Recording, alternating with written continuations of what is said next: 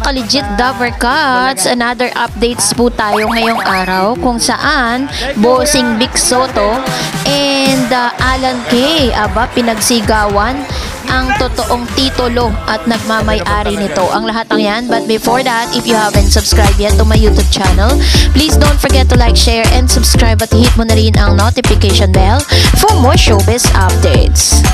Of course, bago nga tayo magsimula sa ating mga updates ngayong araw, nais ko po munang magpasalamat sa lahat po ng mga legit viewers, subscribers, and legit Dover Cats natin na lagi nag-aabang at nakaantabay sa mga videos natin. Maraming salamat po sa inyo pong pagsubaybay. And this time, eto na nga ang bubungad sa atin ngayong araw ng Sabado.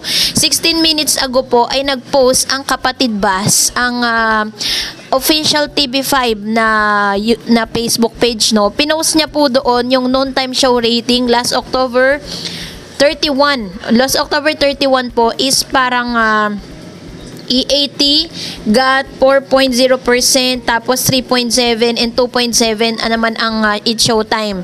So, sabi niya po sa caption, bumawi agad, kasi isang beses lang naman talaga na tumaas yung rating po ng kalaban, pero parang feeling nila isang taon na silang isang taon nang namamayagpag ang kanilang programa, no. So, dahil dito, hindi po yun ang basihan para po talagang masabi natin na sinusubaybayan sila. Alam naman natin ang rason kung bakit po biglang tumaas yung kanilang rating sa pre-TV mga oras na yun, So, ang pinagbabasihan naman natin dyan yung income ng isang programa.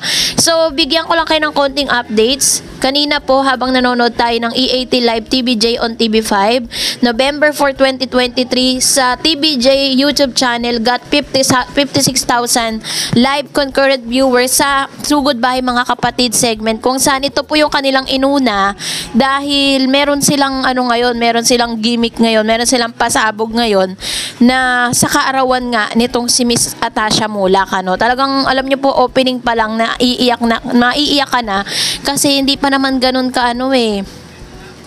hindi pa naman ganun katagal si Miss Tasing, pero talagang masasabi mo parang ang tagal na nilang banded. So, yun po yung ilan sa mga live concurrent viewers sa TVJ pa lang yun, And pagdating naman sa TV5 Philippines, they got 47,000 watching. So parang nasa close to 100 na po yung nanonood, 100,000.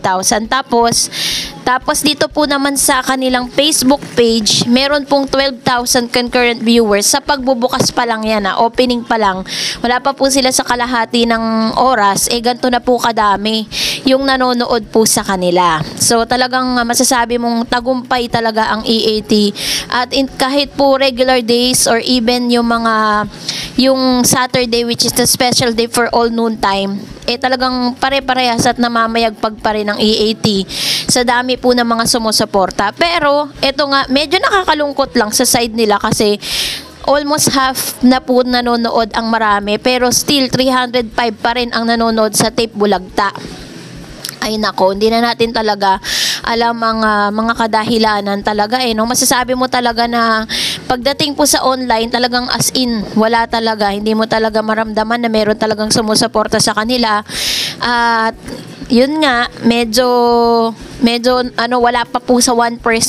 Kahit nga 0.5 wala po doon po sa numbers of people na sumusuporta at nanonood po sa E80. And eto na nga, kanina po, while we are watching E80, nagbabalik na si Maine Mendoza sa barangay. Ayun. So, siguro po ngayong araw lang ng Saturday yun.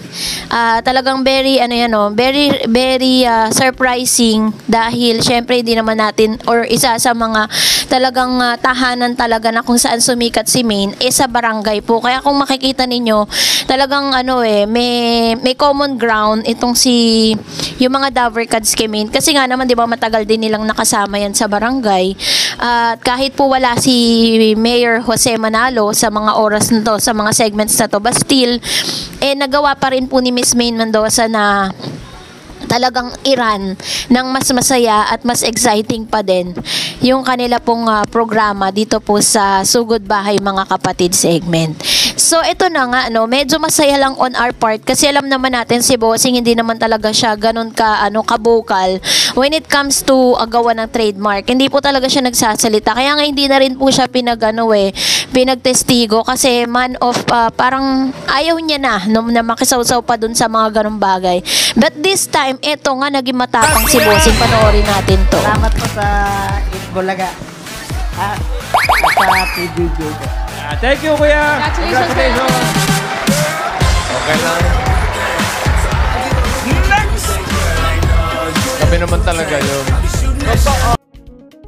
Sa nakita nating video, habang kino-coach nitong si Wally Bayola, yung winner, kung ano po yung dapat niyang sabihin at pasalamatan, pero hindi pa rin po napigilan itong winner na ito ng 5,000 pesos na sabihin yung title na Itbulaga, which is some bagay na very unusual kasi 'di ba sabi ng kabila, sabi ng Tape Bulagta na ang pagsasabi daw ng Itbulaga, no? Kung sabihin man daw 'yan, pwede raw silang kasuhan, 'di ba? So this time talagang matapang po at nakita natin kung gaano kagalang na ginawa po ni Bossing at ni Alan Kay, tapos po ng ilan sa mga Dover Cats. Kung nakita natin, 'di ba, habang nagsasalita pa po yung lalaki, may kukumpara natin dun sa nangyari kay Buboy, 'di ba? While they are saying nagpasalamat sa TBJ, 'di ba? Matatandaan po ninyo yung Asian na yan. Sa TBJ nagpasalamat. Tapos ang ginawa po nitong nung isa sa mga host doon na si Buboy, ang ginawa niya, nilayo niya agad, 'di ba? Na parang kung i-compare mo dun sa ginawa ni Wally ngayon at ni Mr.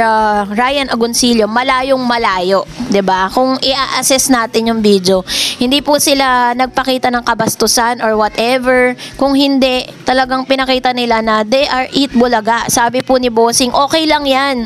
Tayo naman talaga 'yun eh, 'di ba? First time po na sinabi ni Bossing 'yan sa national television. At alam naman natin na talagang bumibira ng paulit-ulit si Master Henyo Joey De Leon. But this time, na rin siya, gumawa na rin siya ng kanyang way kung paano niya i-voice out, no, at ipapangalandakan that they are Itbulaga. So, inaasahan din natin na talagang marami po talagang magre-react dun po sa sinabi ni Bossing.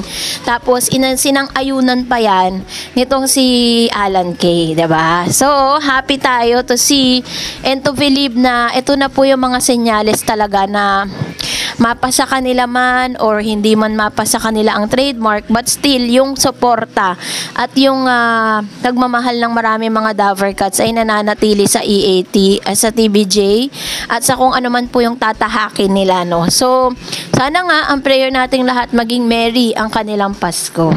And that's it for today. For more videos and updates, please don't forget to like and subscribe, and please follow me on my Facebook page, Dar Eds TV. God bless everyone.